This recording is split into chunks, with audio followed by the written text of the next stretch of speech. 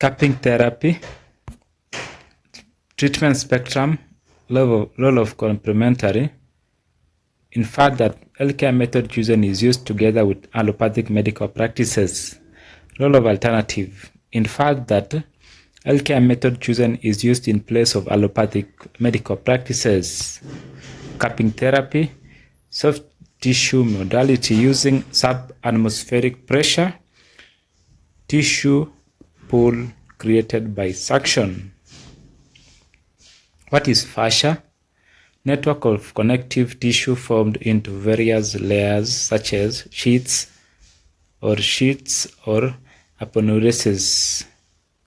We can see the parts which make up the fascia, including the reticular fibers, the reticuloblast, the collagen fibers, mast cells, plasma cells, ground substance, neutrophils, eosinophils, adipocytes, bastic fibers, macrophages. Extracellular matrix, sum of extracellular substances within the space between the connective tissue, often produced by fibroblasts. It is made of protein fibers and ground material. You can see there. Functional roles of fascia. Collagen and elastic fibers provide mechanical properties. Cells define the metabolic properties.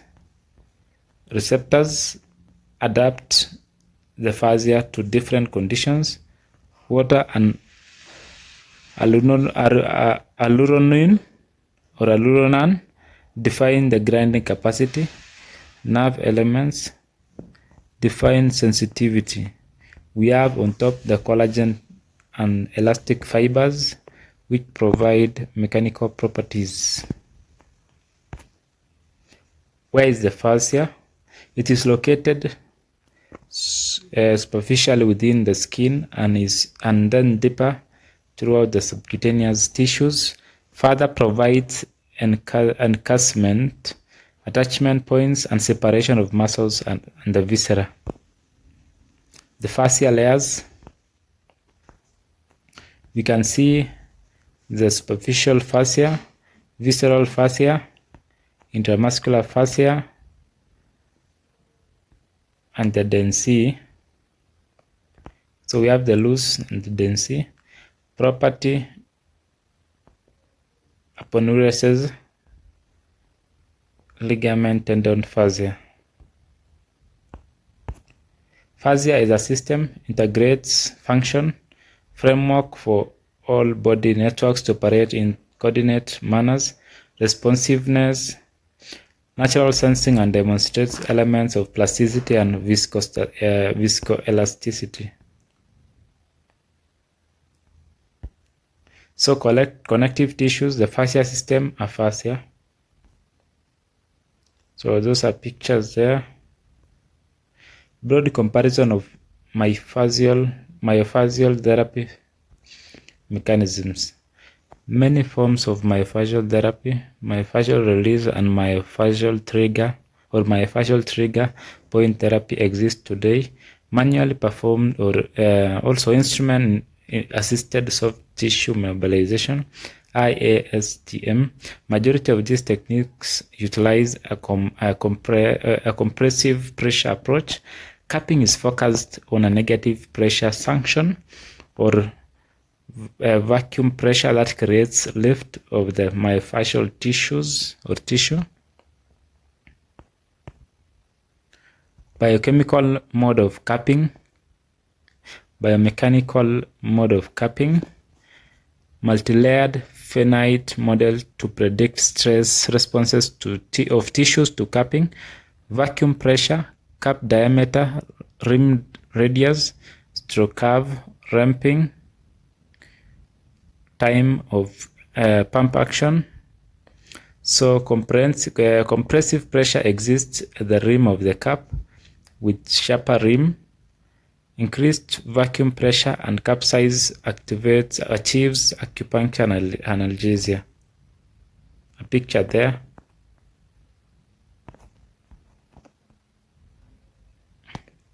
More pictures.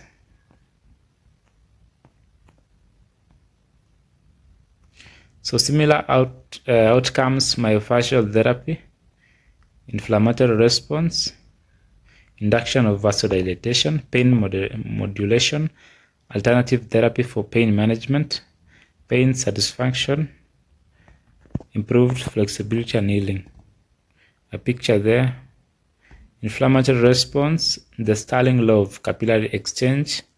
You can see the blood, the lymph plasma returning, the tissue blood plasma, the blood FPW arterial into the IPI. So we have a key there. Capping hematoma, cellular level, capillary permeability changes, structural and functional changes to endothelial tissue. We have edema, accumulation of fluid within the body tissues, inflammatory mechanism, chemical mediators promote altered perfusion. Inflammatory measures of capping, the skin surface, temperature increase related to vacuum pressure is demonstrated statistically significant. P less than 0.001 based on infrared thermal imaging. Other findings in mammalian study using photoacoustic microscopy to show microvascular changes demonstrating vasodilatation and increased hemoglobin and oxygen consumption to tissue surrounding capping site. Pictures there.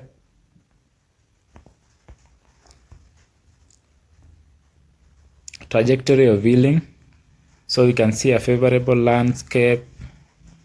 So in cell proliferation and matrix formation, matrix remodeling, inflammation, fibroplia, angiogenesis, epithelialization, extracellular matrix, synthesis, Y collagens, fibronectin, I, proteoglycans, granulocytes, phagocytes, bleeding, coagulation, platelet activation, complement activation.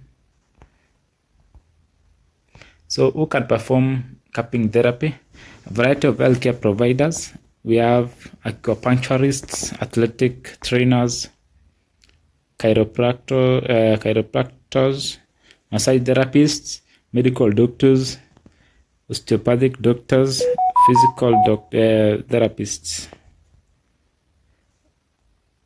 Techniques of capping: static capping, stationary and sustained destruction of tissue in targeted location. Timing and monitoring is essential to minimize overlap of treated areas. Dynamic capping, sliding across region or affected area, requires use of emollient to improve comfort. More diffuse soft tissue mobilization. Types of capping therapy: dry capping, wet capping. Dry capping is non-invasive capping or capping without bloodletting. It is acted by the diversion of morbid matter from one side to the other.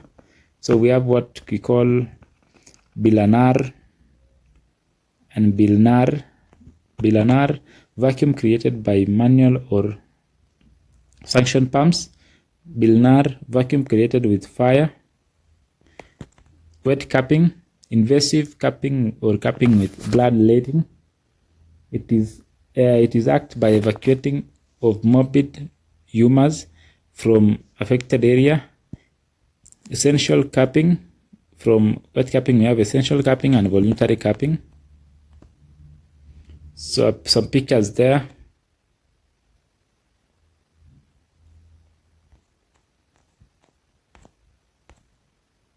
More pictures.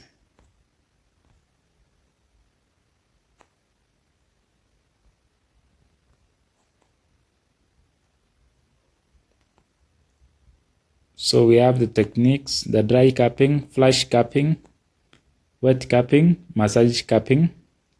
The power of sanction related cupping: we have light cupping, medium cupping, strong cupping, pulsatile cupping rather.